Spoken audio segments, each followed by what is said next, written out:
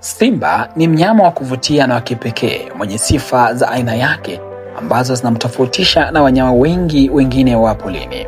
Hapa kueleza tu baadhi ya sifa za kipekee za mnyama simba.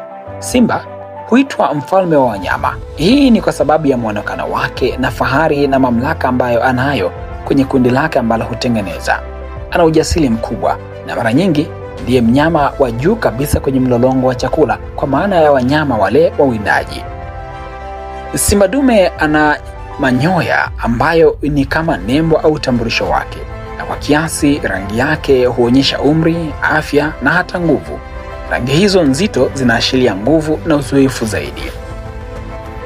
Maisha ya simba ni tofauti sana na paka wengine ama jamii ya paka wa porini. Simba ni wanyama wa kijamii ambao huishi katika makundi yanayoitwa pride yenye majike kadhaa, makinda, madume wachache ambao pia hushirikiana kuwinda, kulea watoto na hata kulinda eneo lao.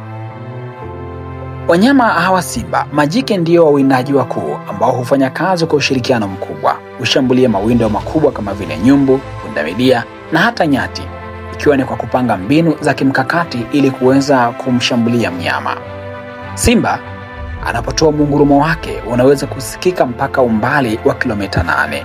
Mungurumo huo hutumika kama ni sehemu ya kutangaza uwepo wake ama kuwatisha wanyama wengine ama kuwasiliana na wanakikundi wenzake. Simba wana nguvu kubwa na wanaweza kuua mnyama mkubwa mara kadhaa ya uzito wake alionao yeye mwenyewe, na wana uwezo wa kuvuta mzoga mzito zaidi hata kwa umbali mrefu zaidi. Majike wa kundi hulea watoto kwa pamoja, hunyonyesha hata ambao si watoto wao wa moja kwa moja. Watoto wa simba huanza kujitegemea baada ya miezi 18 mpaka 24. Hapo ndiko ambako wanakuwa na uwezo wa kujitegemea. Simba hupatikana zaidi katika maeneo ya savana, nyasi fupi na hata misitu yenye mianya, hasa katika eneo la Afrika Mashariki na hata kusini mwa bara la Afrika. Tanzania, Kenya, Uganda na mataifa kama Afrika Kusini, Botswana na Namibia ni miongoni mwa maeneo ambako simba wanapatikana kwa wingi zaidi kutokana na jiografia yake. Je, ni sifa gani ambayo unaifahamu ya kipekee ya mnyama simba ama unaihofia zaidi? Unaweza kutuandikia.